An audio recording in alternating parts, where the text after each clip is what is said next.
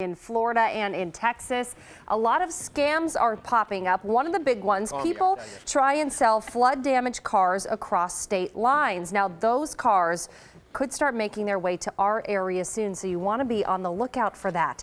Joining us with the Better Business Bureau today, we have Stephen Mayer with some advice on how to avoid getting scammed. Now, Stephen, I would say, it'd be as easy as not buying a car, but it's hard to say where those vehicles come from exactly. Absolutely. You would hope people selling these cars with flood damage would disclose that as they should, but a lot of people will try to hide that, and you'd be surprised by how easily you can hide that damage. So first and foremost, you really want to check the title and then the transfer location of that used car. That's going to give you a really good indication if it was in one of those flood prone or flood damaged areas. And there's a word salvage you should look for. Would that be on the title then? It should be if they follow the rules. That again, they're not always going to do that, but yeah, definitely look for that salvage. That's going to be a really good indication. The next thing is to personally test the equipment several times. So what are we testing and what are we looking for? Yeah, so do a test drive like you normally would, but try the blinkers, try the wipers, activate the lights, everything you can think of, every switch, every knob. Make sure they work properly, because especially with flood damage, with water damage, can really get into that circuitry and cause a lot of problems. Talking about the circuitry here, you want to check the flex the wires underneath the dash. What is that going to indicate? This is actually one of my favorite tips, because this is the hardest thing to conceal, right? If you're trying to conceal that flood damage,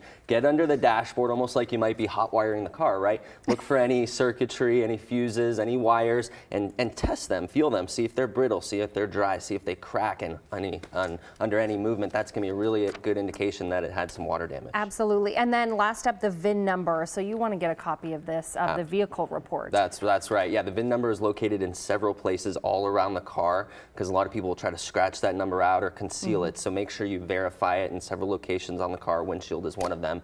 And then run that VIN number through, Carfax or one of those services and see what pops up. You'd be amazed at what you can find out. Stephen, this is just awful to think of. You buy a car, you save up a lot of money, you get a vehicle to find out it's faulty or it had flood damage. Is there a lot of recourse, or do people contact you then to go from there? We get these reports after these flooding events, and so that's why we're trying to be proactive this time and get the message out before these cars start to make their way to this area, because yeah, we see it every time there's some flooding. Oh, that's too bad. Well, the Better Business Bureau, I know Stephen has tips all the time on a lot of these issues, so thank you, Stephen. Thank you. We'll be back with more Portland Today after this.